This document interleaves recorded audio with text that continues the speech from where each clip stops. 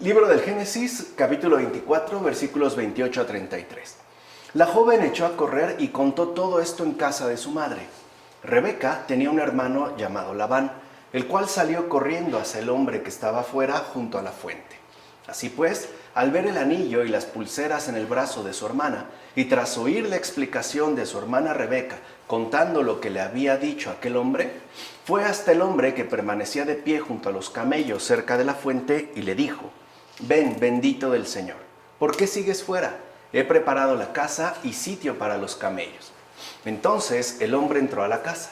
Labán desaparejó los camellos, les echó paja y forraje y trajo agua para que el hombre y los que le acompañaban se lavasen los pies. Después les preparó de comer. Pero aquel hombre dijo: «No comeré hasta que haya expuesto lo que debo decir». Labán le dijo: «Habla». Mira bien, cuando el siervo de Abraham vio la bondad de aquella muchacha y se informó puntualmente de todo por ella, él a su vez se dio a conocer a la joven. ¿Y cómo fue que se dio a conocer? Pues a través de manifestar su acción de gracias a Dios, y con ello haciéndole ver que no había venido de una casa extranjera, ya que de hecho el hombre que lo había mandado era hermano de Nahor. Así pues, cuando la joven oyó esto, como dice el texto, echó a correr. Mira pues cómo en cada cosa que ella hace se muestra su celo por la hospitalidad. En efecto, tanto su apresuramiento como sus palabras ponen al descubierto la calidad de su alma. Ahora bien, ella fue corriendo a contar todo lo ocurrido a casa de sus padres, y a su vez Labán corrió fuera junto a la fuente. Fíjate también cómo este hombre muestra su interés corriendo. Observa pues con atención cómo este hombre también se muestra solícito y hospitalario, es decir, practicante de la bondad. Entonces aquí ya se va a dejar en claro lo siguiente. Recuerden que era algo que había aparecido en los versículos anteriores, y es esto: la solicitud, ¿no?, es la característica fundamental del alma buena. Entonces aquí vemos que hay una solicitud, un apresuramiento por practicar el bien. De hecho, un alma buena, en cuanto tal, es justo un alma practicante de la bondad, y que además no se dilata en llevar a cabo su cometido. No pone pretextos, no pone excusas quizá para evadir aquellas necesidades que le han salido al paso. No, o sea, la calidad del alma, pues, lo que nosotros llamaríamos a grandes rasgos alma buena, se caracteriza por ser practicante de la bondad. Y esta práctica de la bondad, además, se ve, digamos, ya concretado por esta solicitud que le caracteriza.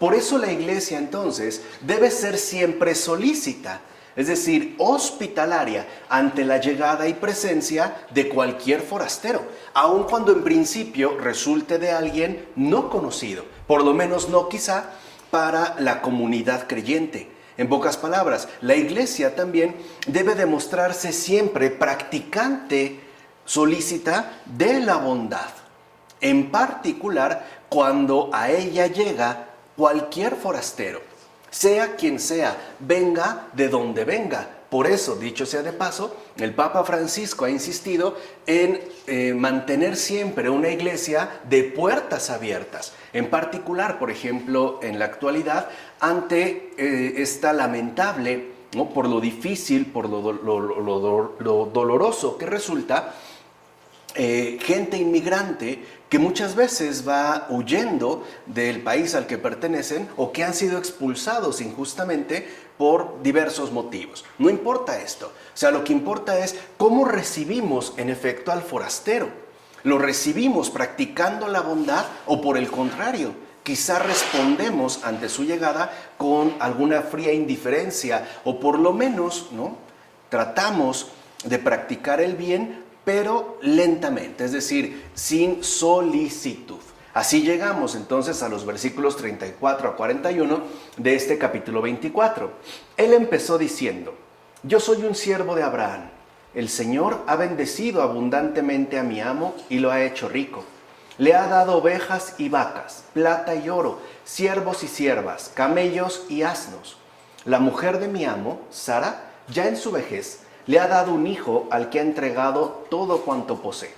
Y mi amo me hizo jurar lo siguiente: no buscarás esposa para mi hijo entre las hijas de los cananeos, en cuya tierra habito, sino que irás a mi casa paterna, a mi familia, y buscarás una esposa para mi hijo. Y cuando yo le dije a mi amo que pudiera ser que la mujer que no viniera conmigo, él me dijo: el Señor, en cuya presencia he caminado, enviará contigo a su ángel, que dará éxito a tu viaje. Y encontrarás para mi hijo una esposa de mi familia y de mi casa paterna. Solo quedarás desligado de mi juramento cuando hayas llegado a mi familia. Aunque no te la den, también quedarás desligado de mi juramento. Entonces, para empezar, aquí ya queda claro que el siervo de Abraham, es decir, el alma creyente, no se tomará descanso hasta haber cumplido la misión que le haya sido encomendada. Entonces, aquí hay algo fundamental, porque todo creyente, de hecho, tiene una misión encomendada por Dios mismo, y por eso se va a caracterizar dentro del ámbito de la fe como siervo de Abraham. Además, esta alma creyente está llamada, pues, a no descuidar, a no incumplir literalmente la misión que se le ha encargado. De hecho, no puede darse el lujo de tomar descanso hasta cumplir, ¿no?, la tarea que le fuera asignada. Por eso esta misión, y eso es muy importante también para el creyente, para el alma creyente, esta misión, repito, será su razón de ser. O sea, toda su vida va a girar en torno a dicha misión.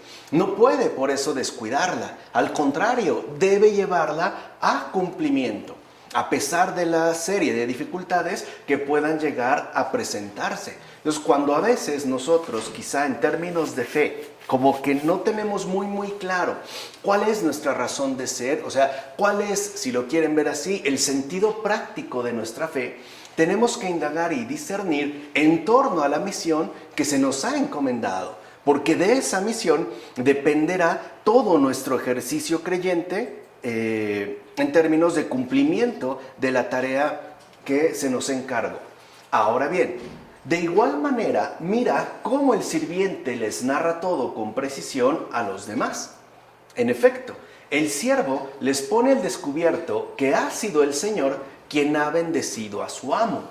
No oculta, por tanto, la fuente de la riqueza de Abraham. Así pues, escuchad esto los ricos, quienes día tras día compran más y más acres de tierra, construyen baños y asimismo edifican espléndidas construcciones. Mirad bien la riqueza que posee este justo. Ninguna propiedad, ningún edificio, ningún estéril despliegue de lujo, sino ovejas y vacas, camellos y asnos, siervos y siervas. O sea que Abraham ha gozado del favor de lo alto. Es decir, es él quien le ha entregado todo cuanto posee, como afirma Juan Crisóstomo en sus homilías sobre el Génesis. Y tiene razón. Porque a veces nosotros consideramos que la riqueza depende de ese despliegue ostensible de multifacéticos lujos. Y no es así. La verdadera riqueza consiste en gozar del favor que viene de lo alto. Es decir, en dejarse asistir por Dios mismo en todo aquello que nos involucra. Así pues, el siervo no trata de presentar a Abraham como un rico más entre ricos. O sea, no habla de Abraham, pues, en términos de una falsa presentación, sino que lo expone y deja al descubierto que la riqueza que en efecto ahora posee Abraham y que en principio no es la riqueza que define este mundo, le ha sido dada por Dios, le ha sido entregada. Por eso lo que destaca entonces el siervo no es tanto la dimensión material que es mencionada, sino la verdadera fuente de riqueza que asiste a Abraham, o sea, el favor que viene de lo alto. Ahí es donde se encuentra, por decirlo de alguna manera, su verdadero tesoro, ¿no? Algo que nosotros también deberíamos, al menos, de practicar de manera ordinaria, o sea, el dejarnos nosotros asistir por la divina providencia. Ahora bien, puesto que Rebeca había oído las noticias dadas acerca del juramento hecho a Abraham, de la oración que el siervo pronunció junto al pozo y del signo que éste había pedido y se le había concedido, no tuvo miedo de decir voy, ya que ahora sabía que la voluntad del Señor era que fuera, como afirma Isaac de Nisibi en su comentario sobre el Génesis. Y aquí también hay un aspecto muy importante que quizá hemos desatendido, y es cómo, a veces nos preguntamos, ¿cómo pues puedo saber que se trata o no de la voluntad del Señor? Bueno, el Señor nos irá dando signos, nos irá dando pequeñas luces que nos permitirán reconocer si es que se trata o no de aquello que Él ha solicitado. De hecho, y esto es algo importante, para saber a ciencia cierta que se trata de la voluntad del Señor, debemos primero ir cediendo ante el miedo. O sea, el Señor nos va a quitar el miedo y al contrario, nos va a ir llenando cada vez más de una sólida confianza. Esto se dará por medio de los signos que, por ejemplo, Rebeca recibe, digamos, ya en un paquetito completo a través del siervo que ha enviado Abraham. Puede ser que nosotros no recibamos necesariamente estos signos de una forma tan explícita y tan compactada, pero algo es un hecho. El Señor los irá dando, repito, de tal modo que entonces el miedo que pudiéramos llegar a experimentar ante la incertidumbre irá disminuyendo.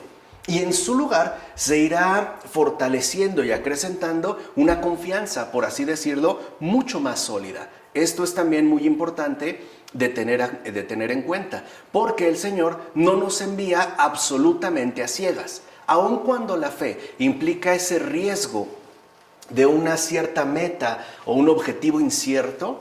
No vamos absolutamente a ciegas, vamos asistidos por estos signos pequeños o grandes que Él nos va a conceder precisamente para que tengamos una confianza plena y podamos responder como tal y como lo hiciera en su momento Rebeca, es decir, asintiendo por completo, ¿no? Y aceptando que eso se lleve a cabo, que es justo lo que hace Rebeca al decir voy. Y que, insisto, a veces también son elementos que descuidamos porque no estamos metidos de lleno en una verdadera amistad con el Señor, como que no estamos pues tan involucrados. Bueno, así entonces llegamos a los versículos 42-49 de este capítulo 24. Cuando he llegado ya a la fuente, he dicho, Señor, Dios de mi amo Abraham, si te dignas dar éxito al viaje que he emprendido, mira, yo me coloco junto a la fuente de agua, y a la doncella que suba a sacar agua le diré, por favor, dame de beber un poco de agua de tu cántaro. Y si ella me contesta, bebe tú, y además sacaré agua para tus camellos, esa será la mujer que destine el Señor para el hijo de mi amo. No había terminado de hablar conmigo mismo cuando salió Rebeca con su cántaro al hombro, bajó a la fuente y sacó agua. Entonces le dije, dame de beber, por favor. Y enseguida bajó el cántaro y me contestó, bebe, y además abrevaré a tus camellos. Yo bebí y ella abrevó también a los camellos. Entonces le pregunté, ¿de quién eres hija? Y me contestó, soy hija de Betuel, el hijo que Milca dio a Nahor. Entonces le puse un anillo en la nariz y pulseras en los brazos. Luego caí de rodillas y adoré al Señor. Y bendije al Señor Dios de mi amo Abraham, porque me había conducido por el camino acertado para encontrar a la hija del hermano de mi amo para su hijo. Ahora pues, si tenéis a bien usar de misericordia y lealtad hacia mi amo, decídmelo. Y si no, decídmelo también, para tirar a derecha o a izquierda. Veamos, porque este pasaje también es muy interesante. Como hemos escuchado, el siervo de Abraham prestó juramento a su señor y se fue con todos los presentes. O sea, ya iba pues preparado, ya llevaba esta dotación inicial. Se instaló al lado de un pozo, oró y pidió una señal. Y aunque se alegró con la señal que había llegado, esperó a ver si pertenecía a la familia de Abraham. Pero cuando supo que era hija de Betuel, hijo de Nahor, dio gracias al Señor y se instaló en su casa, como afirma Efrén de Nisibi en ese comentario sobre el Génesis. Entonces ya tenemos aquí el complemento idóneo para la misión que anteriormente se ha puesto de relieve. O sea, hay que pedir, pero también hay que discernir. Y esto es parte sustancial de la misión encomendada, porque a veces el error más común, más frecuente y de hecho el más grave de todos, es que puede ser que tengamos ya de cierta manera la misión entrevista, pero nos apresuramos a realizar ciertas cosas sin discernimiento. Y por eso la misión se puede llegar a ver entorpecida o incluso severamente perjudicada. Por eso no debemos olvidar también lo que nos está exponiendo el siervo de Abraham. Pide una señal, pero al mismo tiempo espera hasta que la cosa quede completamente clara. Por eso también nosotros debemos de ejercitar de manera constante y frecuente no solo el pedir, sino también el discernir. Y por cierto, pedir no es lo mismo que exigir. Cuando el Señor ya dice, no, pidan y se les dará, debemos entender a qué se está refiriendo. Porque pedir es solicitar algo que uno en principio reconoce no merece. Eso es pedir. Y por eso es inseparable de la gratitud. En cambio, exigir es solicitar algo de lo cual estoy convencido que tengo absoluto derecho. Es tanto como arrebatar, ¿no? Por eso aquí se nos invita a pedir y discernir. Así pues, viendo ya tan manifiestamente la providencia de Dios, ¿se dan cuenta cómo se va aclarando hasta que esta providencia ya se hace muy clara, muy patente, muy manifiesta? ¿No? Viendo ya tan manifiestamente la providencia de Dios, el siervo le preguntó a la muchacha de quién era hija y descubrió por sus palabras que no provenía de personas extrañas, sino de la casa de Nahor, el hermano de su amo. Esto provocó regocijo en el alma del siervo y de inmediato alabó al Dios de Abraham. En efecto, era Dios mismo quien había conducido con éxito su viaje, o sea que todo había sido dispuesto claramente por la mano de Dios. Y aquí está otro de los rasgos fundamentales que no nos podemos cansar de destacar: la claridad. Dios va siendo claro. A veces puede ser que nos dé claridad, ¿no? Una especie de claridad amplia que nos permite movilizarnos más ágilmente.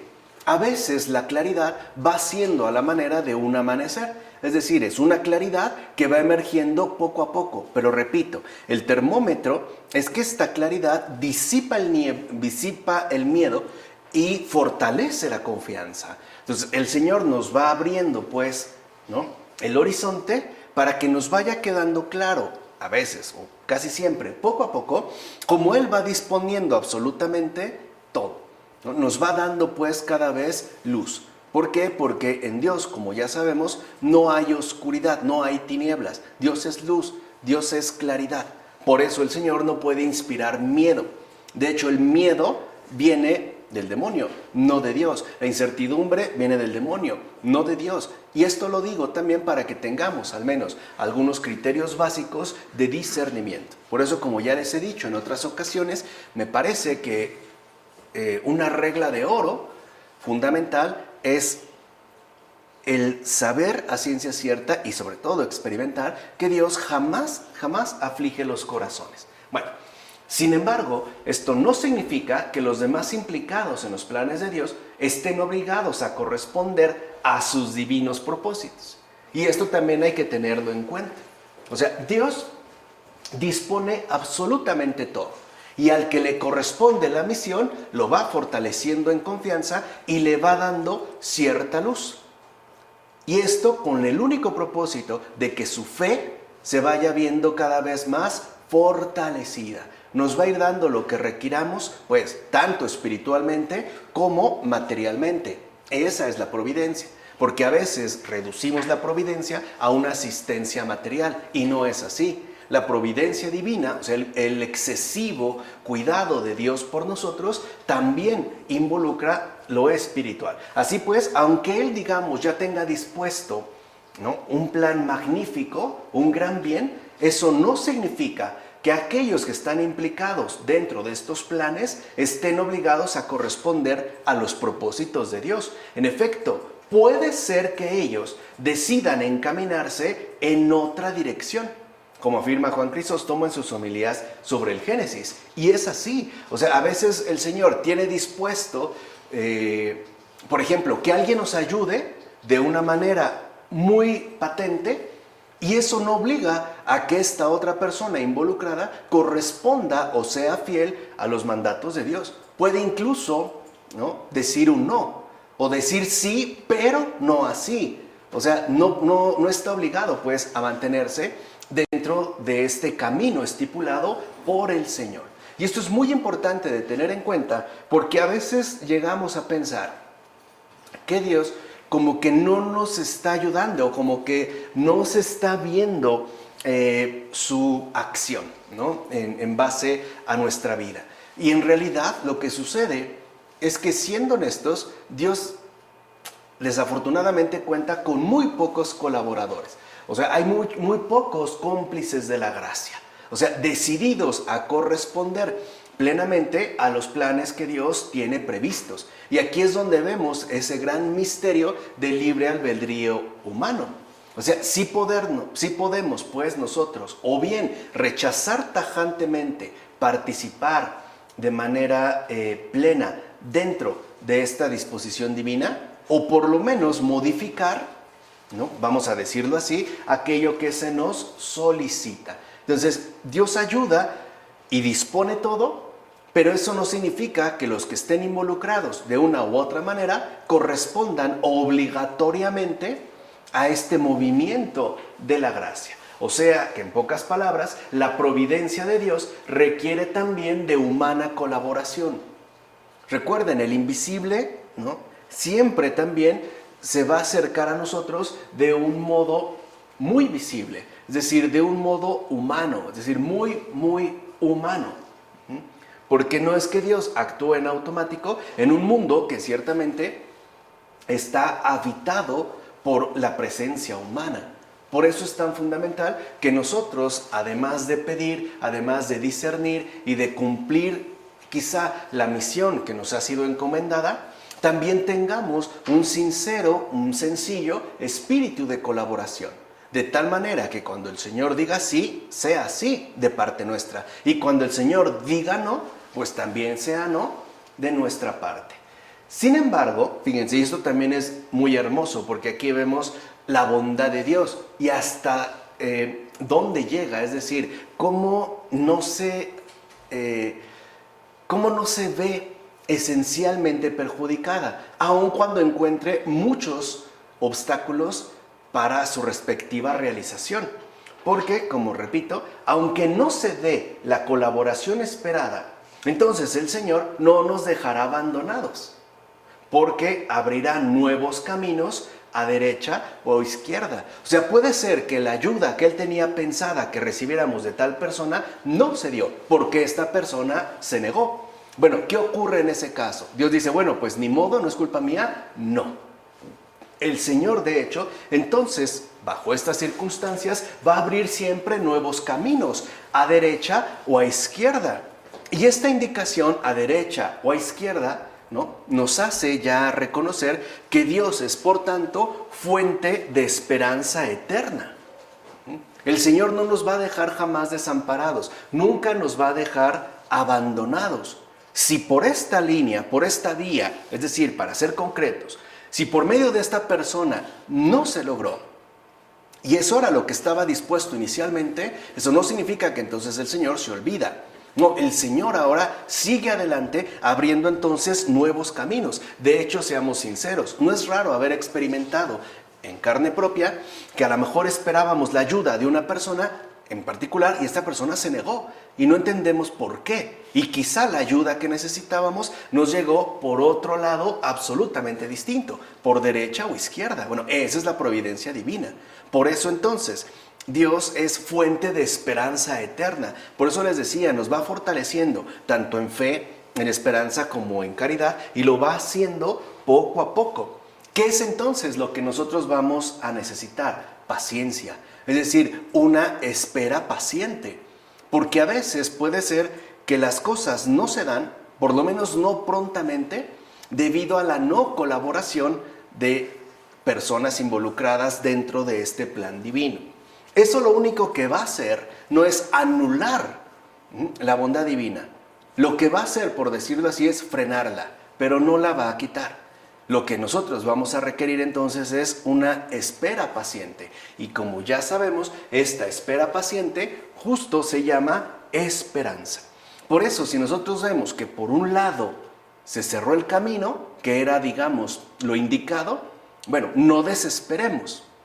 Más bien, esperemos a que ahora el Señor abra nuevos caminos, nuevas vías, nuevos canales, si lo quieren ver así, de bendición, a derecha o a izquierda. Generalmente es así. O sea, generalmente la ayuda que requerimos nos llega por el lugar más inesperado.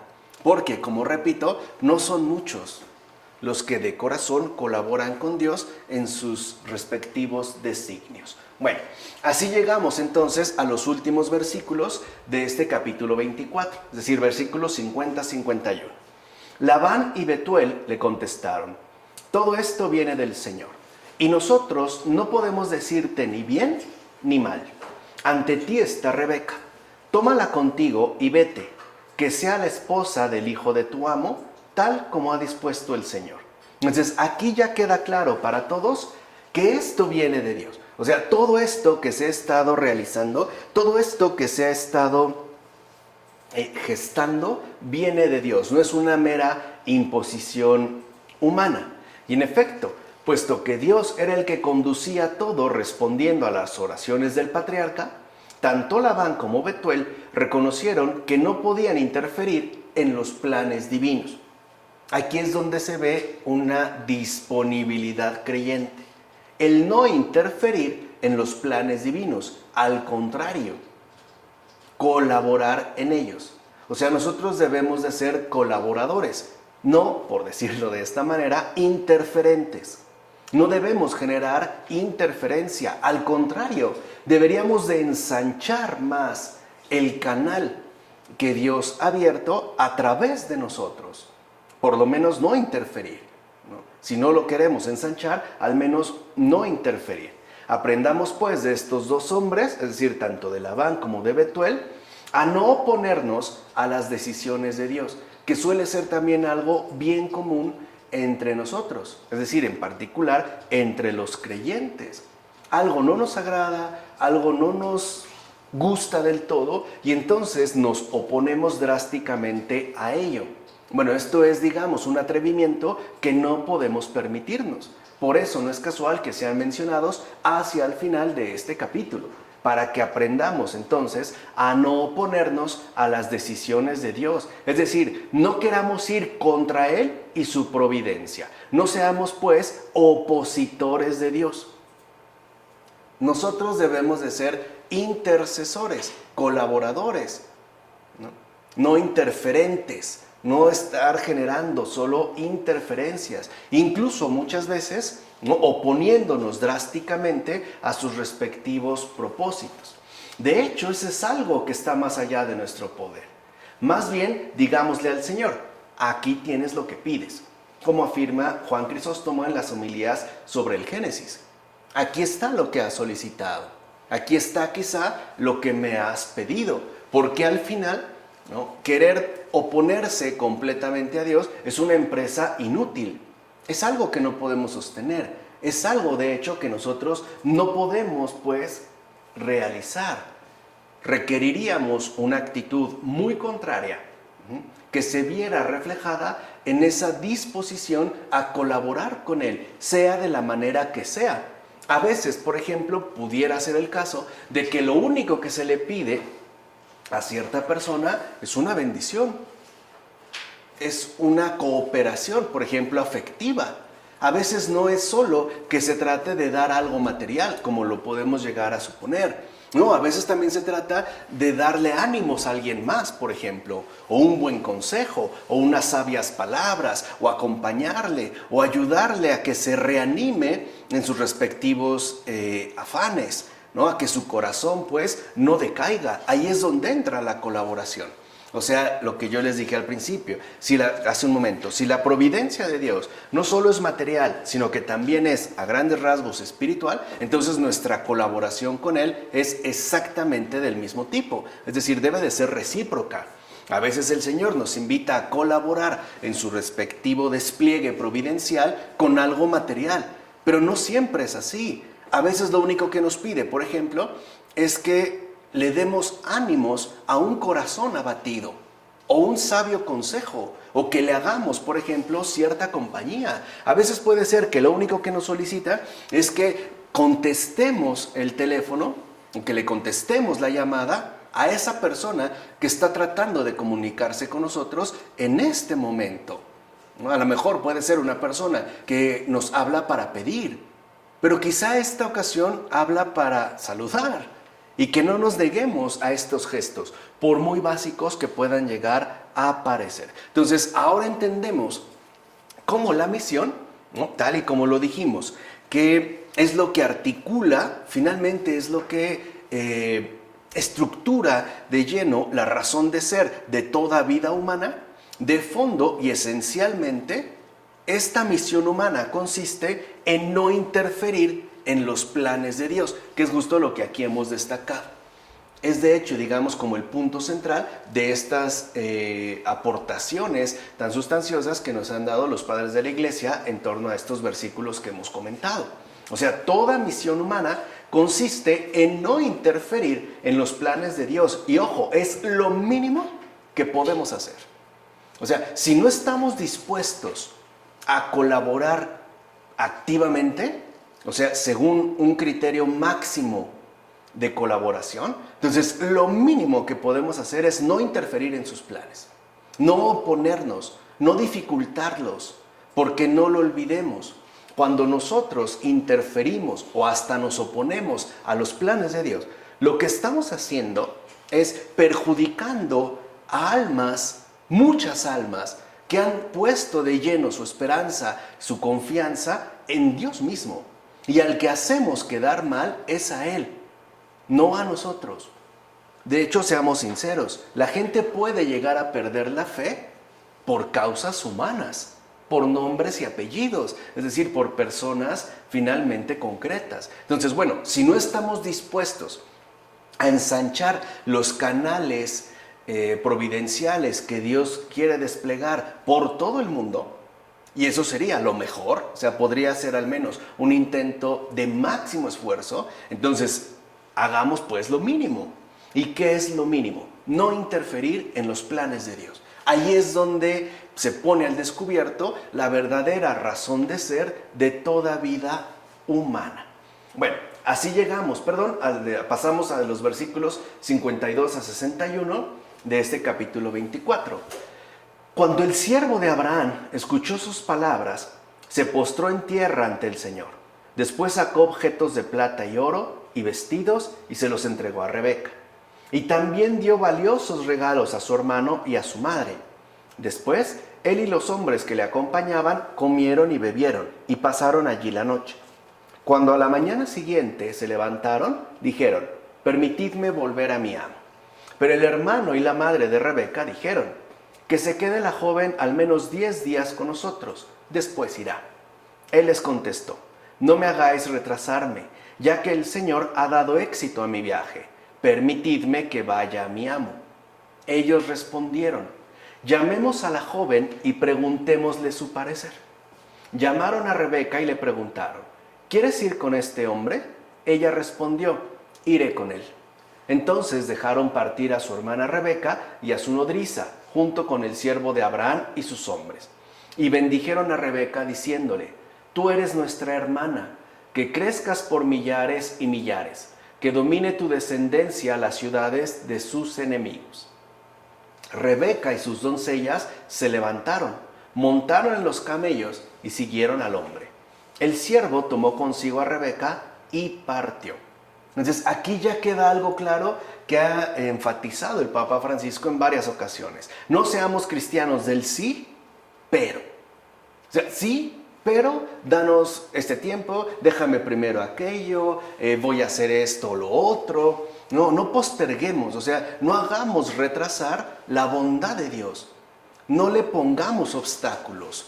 No seamos cristianos del sí, pero. En efecto, no pongamos vanos pretextos para dilatar la obra providencial de Dios. Porque que algo a lo mejor a mí no me agrade, no significa que es un peso verdadero para obstaculizar ese despliegue de bondad por parte de Dios. No pongamos vanos pretextos. Por ejemplo, en el caso que se ha relatado en estos versículos, ¿no? Danos 10 días con ella. ¿Para qué? O sea, ¿para qué realmente se van a aprovechar esos días? Imaginemos que alguien dijera, pues para poder aprovechar su presencia. Si no lo han hecho en tantos años, tampoco es algo que se va a remitir a unos días en particular. O sea, aquí lo primero que se expone es cómo a veces nosotros podemos llegar a acudir a vanos pretextos para dilatar la obra de Dios. A veces, y esto hay que tenerlo también muy en cuenta, nuestros humanos razonamientos son válidos. Esto es muy importante, o sea, a veces nuestros humanos razonamientos son válidos, pero no debemos olvidar que los planes de Dios van mucho más allá de nuestras humanas consideraciones. Entonces, esto es muy importante, o sea, a veces puede ser que nuestros razonamientos humanos sean válidos, y en efecto lo son. Decir, oye, mira, tal o cual cosa no parece pertinente, quizá es demasiado arriesgado, o no tiene mucho sentido, o qué sé yo, o sea, humanamente son válidos. Pero tampoco debemos olvidar que los planes de Dios siempre van mucho más allá de nuestras humanas consideraciones, por válidas que éstas sean. Y ahí es también, entonces, la manera en la cual se nos invita a trabajar en esta confianza mutua. O sea, no solo al que realiza la misión, sino también a aquel que está llamado a colaborar con ella. Por eso es que las cosas de Dios no debemos dejarlas para después. No es algo que se pueda frenar, o sea, no es algo que nosotros debemos siquiera intentar detener, aunque fuera poco, unos 10 días o un tiempo más. Porque recuerden, Dios está literalmente ansioso por mostrar cuánto ama a las almas. Es tanto como si nosotros quisiéramos hacerle llegar un regalo muy hermoso a otra persona y nos dijeran que tenemos que esperar 10 días. ¿Para qué? Si lo que queremos es que esta persona se alegre, que reciba ya lo que tanto ha deseado, lo que tanto desea, porque de ahí que va a brotar una verdadera adoración. Es decir, un postrarse ante el Señor dándole gracias por su infinita bondad. Ahí es donde se fortalece la fe, ahí es donde realmente crece entonces la creencia. Por eso les decía, oponernos a los planes de Dios involucra perjudicar al alma creyente. Al contrario, haremos que su fe se tambalee, que su confianza se debilite, cosa que, como ya mencionamos, Dios jamás hace. Al contrario, fortalece nuestra confianza, nos va iluminando, nos va dando signos y a final de cuentas, como dijimos, va expulsando el miedo. Por eso tampoco debemos quedar absolutamente ligados a nuestras humanas consideraciones. Claro, las podemos exponer y está muy bien, pero al final dependerá también de una correspondencia en términos de fe. Si es esto lo que Dios quiere, adelante. No podemos, pues, oponernos. No podemos ir contra Él. Porque, como ya dijimos, lo que está implicado de por medio es, digamos, esa dicha, ese gozo del alma que Dios quiere que experimente cada ser humano en esta tierra, ya desde aquí. Un adelanto, por decirlo de alguna manera, de cielo. Y a veces el problema es que por ser tantos los opositores de Dios, en lugar de que las almas experimenten ese algo de cielo ya aquí en la tierra, parece que están como subyugadas por un infierno que no termina, por una especie de ausencia de Dios que al final remite a esa no colaboración con Él. O sea, a esos corazones endurecidos, incluso podemos decir a esas almas perversas. Ya no serían almas buenas, porque eso se llama perversidad.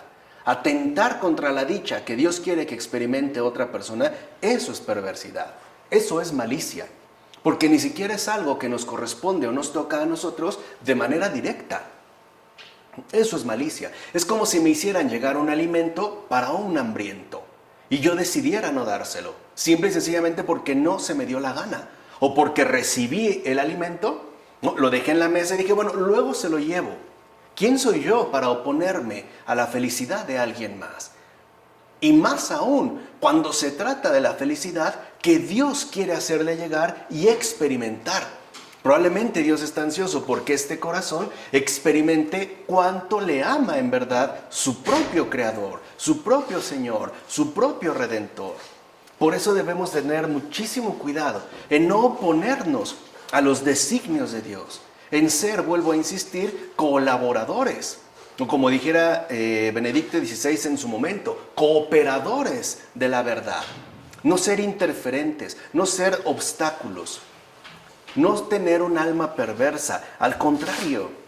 Repito, podemos exponer nuestras humanas consideraciones, pero una cosa es exponer y otra cosa es oponerse a los designios de Dios porque nuestras humanas consideraciones, ¿no?, así digamos, lo indican. Por eso no podemos nosotros dejar las cosas de Dios para después. ¿Qué sucede en el ejemplo que dimos del alimento? Si cuando ya se nos dio la gana, debido a nuestra perversidad, llevarle ese alimento, esa persona literalmente ya murió, o tuvo complicaciones mayores, o se fue sumamente entristecido y afligido porque había puesto toda su confianza en Dios y parece que no se realizó. ¿A quién se señala? A Dios. ¿A quién se le ofende? A Él. ¿A quién se le maldice? A Él. Y aquí sí, literalmente, ¿y Él qué culpa? Si Él ha dispuesto absolutamente todo para que se realicen, ¿no?, grandes planes, divinos planes. Entonces, no es cuestión de Dios, es cuestión nuestra. Que cada uno de nosotros aquí examine cómo anda su corazón. Si realmente posee un corazón colaborador con Dios, o quizá es un corazón opositor a Dios. Y no es muy difícil darse cuenta de eso. Veamos de qué manera hemos contribuido a la felicidad de los demás. A la felicidad según, pues, los planes que Dios tiene previstos. Este es un examen que toda persona humana debería realizar tarde o temprano. Y muy en particular, nosotros que nos decimos cristianos. ¿Qué somos? ¿Anunciadores del amor de Dios o promotores de desgracias? ¿Qué hemos promovido, pues, en las almas que nos rodean? ¿Dicha o desdicha? ¿Gozo o malestar? ¿Tristeza o alegría? Porque no olviden esto que yo ya les había dicho hace tiempo y se los recuerdo en este momento. Cuando nosotros somos colaboradores de Dios y un corazón recibe aquello que sabe proviene de Dios, lo primero que hace es darle gracias a Él, es alabarle a Él. Reconoce en el otro al colaborador, pero el corazón se eleva a Dios. Porque cuando en nuestra vida aparece una ayuda verdaderamente providencial, ahí no hay duda. Esto viene de Dios y también gracias a Él. Por eso decimos gracias a Dios y gracias a ti. Son inseparables. Por eso repito, que nuestro corazón de verdad no sea opositor a los planes divinos. Que sea más bien un verdadero colaborador. Que sea un verdadero cómplice de la bondad de Dios. Además, este texto nos ayuda a comprender a fondo la vocación esencial de toda alma humana. Y esto es fundamental, porque esta vocación se descubre a través de un claro cuestionamiento. ¿Quieres ir con Él? Que es justo lo que le preguntan a Rebeca. ¿Quieres ir con Él? O sea, este es como el punto fundamental de toda vocación humana. O sea, lo esencial del alma está en descubrir y, digamos, colaborar para que se realice este deseo. ¿Quieres ir con Él o no? Esto es como muy importante. Y es esto justo lo que se debe despertar y fomentar en todo ser humano desde temprana edad. ¿Quieres ir con Él? ¿Quieres ir con Dios? ¿Quieres estar con Jesús? ¿Quieres servirle a Él? ¿Quieres ser practicante de la bondad? ¿Quieres tener un alma de calidad? ¿Quieres ser su compañero de aventuras? ¿Quieres ser su enviado en esta tierra? ¿Quieres ir con Él? No solamente qué quieres estudiar, cuáles son tus deseos, qué carrera te gusta. Claro, esas humanas, dijimos ya, ¿no? Consideraciones son válidas, pero a final de cuentas no apuntan a lo esencial. Y esto sea cual sea la situación de vida. Por ejemplo, que yo no sea creyente no significa que no debo también plantear esta cuestión a las personas que me rodean, en particular si son mis hijos. Eso es ser respetuoso con las almas. O sea, que yo no sea creyente no significa que ahora voy a promover la increencia. Si yo no soy creyente es porque al menos se supone que no lo soy por una cuestión libremente elegida. O sea, es una elección que yo he tomado. No es una imposición. Por eso deberíamos de preguntarle a esas almas, ¿quieres ir con él? O sea, independientemente de la situación de vida que se tenga. En efecto, dicho cuestionamiento, recuerden, ¿quieres ir con él? Va primero que nuestras humanas preguntas. Va primero. Por ejemplo, ¿qué quieres ser de grande? ¿Te gusta la medicina? ¿No prefieres estudiar algo que te deje más dinero? Etcétera, etcétera, etcétera. No, o sea, esas humanas preguntas son válidas, pero no van a lo esencial. Lo primero es, ¿quieres ir con él? Porque, a final de cuentas, de este cuestionamiento primordial, de este cuestionamiento primigenio, va a depender la rectitud de cada vida humana. ¿A mí de qué me sirve que mi hijo o mi hija, por ejemplo, sea un gran arquitecto si no es considerado con la realidad humana en cuanto tal? ¿De qué me sirve que una persona sea un gran abogado si es corrupto? ¿De qué me sirve que una persona sea un gran médico si no tiene calidez humana? ¿De qué me sirve? Por eso es que nosotros vemos también un mundo contemporáneo sumamente estropeado. Porque en lugar de que veamos todos los ámbitos de nuestra existencia, ¿no?, saturados de la presencia de Dios, tal parece que se caracterizan por la ausencia de Dios. Y quizá esto se debió a que nadie fomentó esta orientación de vida. ¿Quieres ir con él? O sea, ¿realmente quieres ir con él? O sea, tal pareciera que hemos dejado a un lado la rectitud de cada vida humana. Bueno, por otra parte, ¿ves cuánto cuidado ponían en los tiempos antiguos para conseguir esposas a sus hijos? ¿Te das cuenta cómo buscaban la nobleza antes que el dinero? En aquellos tiempos no había cosas ridículas, como los acuerdos o contratos comerciales que se dan hoy en día en torno al matrimonio. En aquellos tiempos, la conducta era el contrato más seguro. La conducta, eso se entendía por nobleza. O sea que la nobleza, en principio, fue usada en referencia al alma, no al estatus social, que fue otra cosa ridícula de este mundo surgida con posterioridad. Pero antes no. O sea, cuando se hablaba de nobleza, se hacía referencia claramente a las cualidades del alma. Y estas cualidades se ponían de manifiesto a través de la conducta, a través pues del obrar. O sea que, ¿no?, este era lo importante, no la riqueza o la posición social. Esto lo entenderás cuando veas a la doncella conducida a la boda. En efecto, a veces las doncellas van espléndidamente vestidas, quizá para poder ocultar su miseria moral. Porque hoy también es cierto que la modernidad, ¿no?, utiliza muchísimos disfraces. Hoy les llaman filtros, ¿no?, por ejemplo en las redes sociales. Y muchas veces no es solo para disfrazar quizá algún defecto físico, sobre todo quizá para disfrazar algún falseamiento dado en el corazón. Por ejemplo, hay personas que quizá quieren aparecer como muy buenas cuando en realidad no lo son, o como muy atentas solo para que les tomen la foto cuando en realidad no lo son, como a veces pasa con esos políticos, ¿no?, que se acercan a ayudar a servir la comida cuando en su vida diaria no sirven ni un vaso de agua a las personas que tengan al lado.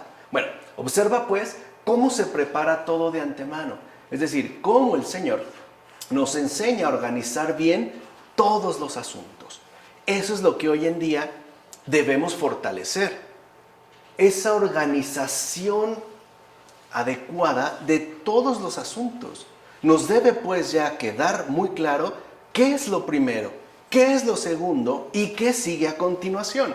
Debemos, como diría este filósofo contemporáneo en vivo, Alasdair MacIntyre, debemos saber cuáles son los primeros principios y los fines últimos. Porque hay principios, pero no todos van primero. Hay primeros principios, así como hay fines, pero no todas dan igual. Hay fines que son, digamos, realmente finalidades últimas. Por eso creo, ¿no?, que deberíamos de replantearnos cómo es que hemos organizado nuestra respectiva vida y a qué le hemos dado ciertamente mayor peso. Por ejemplo, a la nobleza de alma, o bien a la riqueza material, o incluso a la adquisición engañosa de una determinada posición social. O sea, ¿cuáles son los criterios, pues, que hemos seguido para edificar no solo nuestra vida, sino también, ¿no?, para incidir en la gente que tenemos cerca?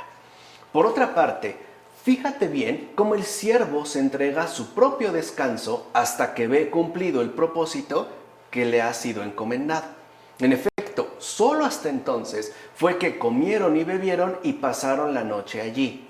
No obstante, a la mañana temprano reanuda su cometido, ya que esto también forma parte de lo satisfactorio, como afirma Juan Crisóstomo en sus homilías sobre el Génesis. O sea que, una vez cumplida la misión, podemos tomar un descanso, comer, beber, pasar la noche. Pero al otro día, tempranito, recuperamos de nuevo esa buena disposición para seguir adelante, porque esto forma parte de lo satisfactorio. O sea, de nada sirve que una persona haga una cosa buena si no está dispuesta a seguir adelante al día siguiente. Sería incluso, digamos, como una especie de fraude, ¿no?, como una especie de engaño. O sea, si nosotros optamos, pues, por ejercitar la bondad, bueno, debemos demostrar también siempre esta disponibilidad a seguir adelante. Claro, cumplí en esto y podemos darnos un descanso. De hecho, lo experimentamos, nos guste o no. Por ejemplo, cuando hemos hecho algo bueno, que seguramente también lo hemos hecho, hemos sentido un cierto gozo. Incluso hay como un alivio, hay un gozo de alma. A ese descanso me refiero. O sea, no es de que, ay, porque ya ayudé a fulano, pues ahora yo me voy al Caribe, ¿no?, a pasar un mes de vacaciones. No, no estoy hablando de eso. O sea, estoy hablando que el descanso también forma parte de la experiencia espiritual. Uno siente un alivio, siente un descanso, como si nos dieran de comer y beber, como si nos permitieran, pues, ¿no?, tener un buen descanso. Bueno, pero luego, es decir, al día siguiente, nosotros seguimos con ese buen ánimo en relación a la práctica del bien. Así pues, ¿por qué dudas y te retrasas si Dios hizo todo tan fácil para el siervo de Abraham? ¿Acaso dudáis de la bondad de Dios? ¿Qué no ves cómo la providencia de Dios resplandece en cada situación? ¿Acaso no te queda claro ya que el Señor dispone todas las cosas, incluso para los no creyentes? Como afirma Juan Crisóstomo en las homilías sobre el Génesis. O sea, aquí ya se da como esta confirmación plena de que el Señor está involucrado. Y recuerden, Él es la fuente de esperanza eterna.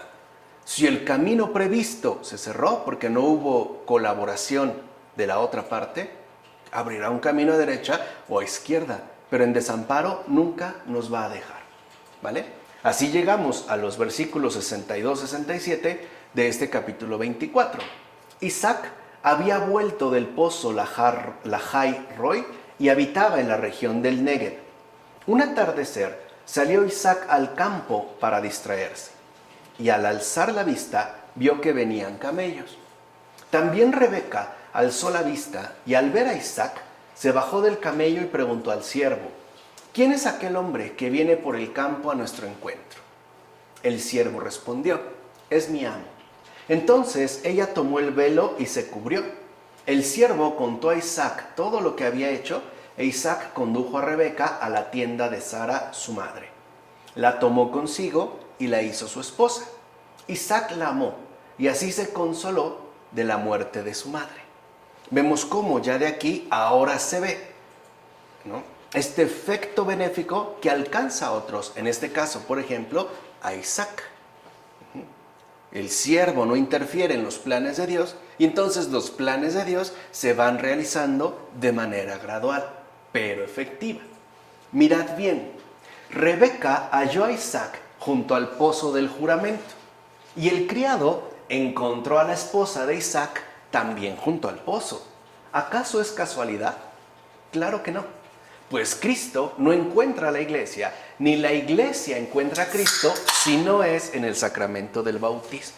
O sea, aquí ya se nos está haciendo referencia a esos desponsorios, ¿no?, que el Señor tiene previstos para cada uno de nosotros. Por eso la figura del pozo va a jugar un papel tan importante. Pues bien, así como David se retiraba y se apartaba de los vicios de este mundo para elevar su alma, así Isaac paseaba por el campo, como afirma Ambrosio en Sobre Isaac y el alma. Hoy hacemos algo similar, pero de una manera inadecuada. Hay quienes tenemos la posibilidad de salir al campo un fin de semana, o tratamos, ¿no?, de ir, digamos, a tener un cierto tipo de distracción. El problema es que lo hacemos con fines meramente lúdicos, como para romper la rutina, ¿no?, o salir un poco del agobio padecido a lo largo de la semana o a lo largo de un mes. Y perdemos de vista que en realidad, si nosotros tenemos estas oportunidades, si podemos realizar esta especie de retiro, ¿no?, de retiros contemporáneos, es porque lo primero que queremos es apartarnos de los vicios de este mundo. O sea, para no seguir pues intoxicados por la atmósfera en la que estamos inmersos tanto tiempo. Pero no solo queremos desintoxicarnos, recuerden, no basta con rechazar el bien. Lo hacemos para que nuestra alma pueda elevarse de nuevo hacia Dios. Esto es salir de paseo por el campo. Por eso les decía, hoy lo hacemos, pero como que no de manera tan precisa. Hay personas que sienten elevar su alma, por ejemplo, si van al campo y ven un bonito paisaje, o un campo muy florido, ¿no?, o alguna cascada, o algún peñasco, qué sé yo. Eso también nos ayuda a desintoxicarnos, insisto, del ambiente nocivo en el que estamos inmersos. Un ambiente que hoy podríamos llamar ciertamente citadino. Por eso no es casual que haya personas que decidan, por ejemplo, si es que tienen la posibilidad de irse a vivir a provincia, o sea, fuera de la ciudad. Claro, pero lo hacemos no por mera comodidad, o sea, no solo por tener una especie de confort garantizado. Lo hacemos con el propósito de apartarnos de los vicios de este mundo y de elevar el alma, que es justo lo que vemos que hacía Isaac. Ciertamente, Isaac había salido al campo porque Cristo había de venir al mundo, y por eso hay que estar preparados. Salió pues a distraerse, precisamente porque Cristo vino al mundo para pelear contra el diablo, para vencerlo justamente. Vino en efecto a destruir la muerte con su muerte y a dar vida con su resurrección a los creyentes. E igual que Isaac se unió corporalmente a Rebeca, así la iglesia se une espiritualmente a Cristo para ser consolada y amada, como menciona Cesario de Arles en su sermón. Entonces, ¿qué es lo que quiere Dios en esta tierra? Consolar y amar a todas y cada una de las almas. Eso es lo que Él quiere, y por eso también nos ha dado la iglesia. Por eso es tan importante que nosotros nos demos cuenta cómo lo que llamamos distracción puede tener una base mucho más interesante que un mero entretenimiento. Puede ser una especie de turismo, por llamarlo de alguna manera, contemplativo. Tener estos espacios es muy bueno, pero es para fortalecer el alma y fortalecernos en la práctica del bien. Por tanto, comprendamos ya que las bodas de los santos son la unión del alma con el Verbo de Dios. Y esta unión del alma con el Logos se realiza también por medio de la instrucción que nos brindan los libros sagrados. En efecto, si uno viene a estos pozos y por medio de la meditación saca de ellos un sentido y una inteligencia más profundos, entonces encontrará las bodas dignas de Dios. En estas nupcias, en efecto, su alma se une a Dios, como afirma Orígenes en las homilías sobre el Génesis, que es entonces, de parte de Dios, consolar y amar a las almas, unirlas a Él. Por eso nos ha dado la iglesia, nos ha dado las escrituras, nos ha dado la fe, o sea, nos ha dado pues un montón de gracias para llevar a cabo este cometido. Por eso les decía, no interfiramos con su despliegue de bondad. Ahora bien, ¿acaso crees que solo aquí se hace mención de los pozos? No, pues también Jacob se acerca a un pozo y allí encuentra a Raquel.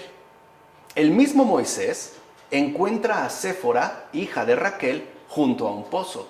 Y no olvidemos que Rebeca baja también de los camellos, es decir, se aparta y renuncia a seguir montada en los vicios para unirse a Isaac. ¿O no es verdad que conviene pasar de virtud en virtud? Es decir, de lo bueno a lo mejor. ¿No es eso lo conveniente? ¿No es eso lo que nos dice la sabiduría? El ir pasando de lo bueno a lo mejor, o sea, de virtud en virtud. Mira, el hijo de la virtud, o sea, Sara, el hijo de Sara, se une y se desposa ahora con la paciencia.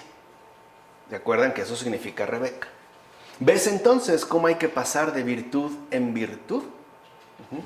¿Qué quiere decir? Que a toda virtud también le va a ser requerida la paciencia.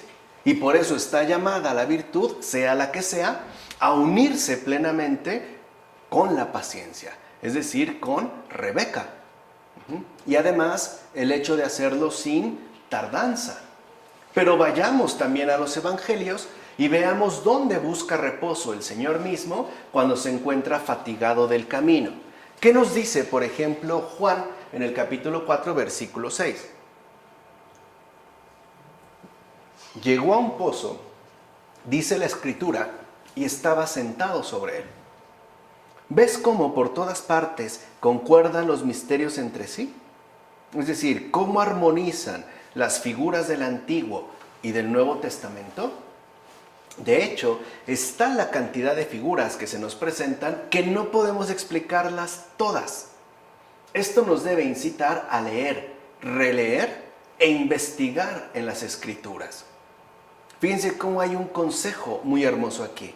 No solo hay que leer las Escrituras, hay que releerlas, hay que investigarlas, incluso hay que dialogarlas literalmente, cuestionarlas.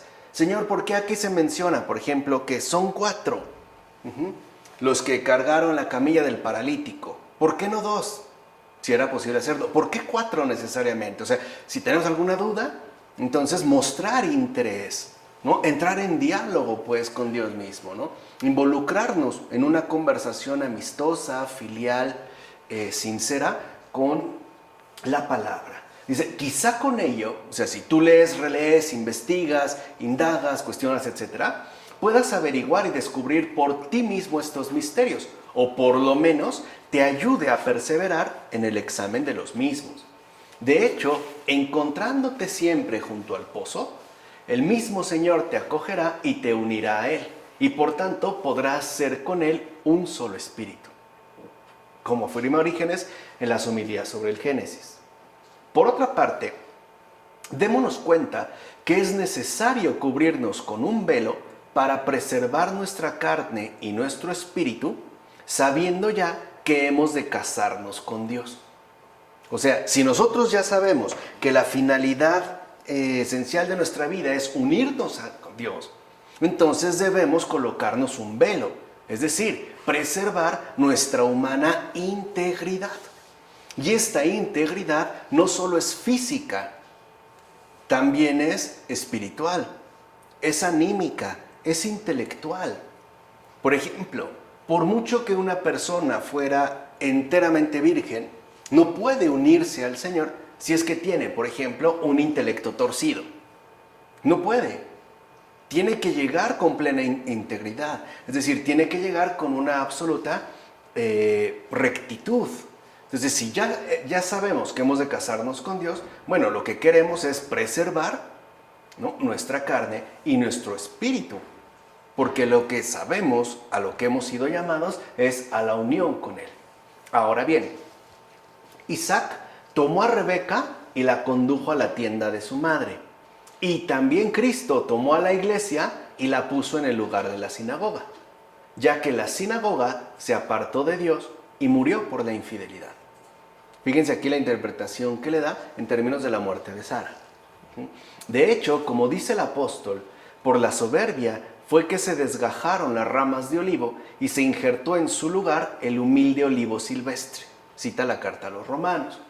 Así pues, la muerte de Sara representa la infidelidad de la sinagoga. Por eso, al morir Sara, ocupó Rebeca su lugar. Tomó pues Isaac a Rebeca y la amó de tal manera que la tristeza que sentía por la muerte de su madre se calmó. Es decir, Cristo tomó a la iglesia y la amó hasta tal punto que el dolor producido por la pérdida de la madre sinagoga quedó eclipsado por el amor de la iglesia. O sea, es un Dios vivo. Recuerden, estamos hablando del viviente por excelencia. No crean que la infidelidad de la sinagoga, ¿no?, le fue indiferente. Fue algo que duele, porque aparte es, digamos, la madre primera. Aquí ya se ve que se trata de un Dios vivo. En efecto, igual que entristeció a Cristo la infidelidad de la sinagoga, la fe de la iglesia le colmó de alegría. ¿Se dan cuenta cómo se da esta figura entonces entre Isaac y Rebeca? Por tanto, que cada uno no solo conserve los beneficios que encuentra en sí otorgados por el favor divino, sino que además se esfuerce por desarrollarlos, de modo tal que en él nada parezca manchado por la lujuria, hinchado por la soberbia, abrasado por la ira, oscurecido por la avaricia, o herido con el veneno de la serpiente, que es la envidia. En todo caso, es justo que este esposo de hermosa apariencia no encuentre en nosotros nada que se parezca a esos pecados, es decir, nada que ofenda los divinos ojos de su majestad, como afirma Cesáreo de Arles en el sermón. ¿Qué quiere decir? Que ya entonces debemos reconocer de una vez por todas que el Señor ha sido ya demasiado ofendido. Que no seamos nosotros también uno más de esos agresores, ¿no?, de esos ofensores, de esos que ofenden y gravemente su divina majestad, que encuentre en nosotros también una fuente de alegría, un motivo de gozo, un elemento que promueva su respectiva y divina sonrisa. Algo pues, ¿no?, que ya no le perjudique, que ya no le afecte, que ya no le lastime, sino al contrario, que incluso le consuele. Por ejemplo, viendo nuestra disponibilidad, nuestra obediencia, nuestra confianza. En síntesis, y ya con esto terminamos el día de hoy, la iglesia debe ser siempre la alegría y el consuelo del Señor. Siempre. O sea, cuando hablemos de iglesia, entendamos ya no una especie de institución eficazmente organizada y tampoco una especie de fuente de depravación igualmente organizada. No, entendamos por iglesia la alegría y el consuelo del Señor. Por eso es que debemos promover la bella sonrisa del buen Señor Jesús día con día. Esa debería de ser nuestra misión primordial, nuestro primer principio y evidentemente nuestro fin último. Promover día con día, momento a momento, esa bella sonrisa del buen Señor Jesús. Que no se nos olvide, por favor. En nombre del Padre, del Hijo, del Espíritu Santo.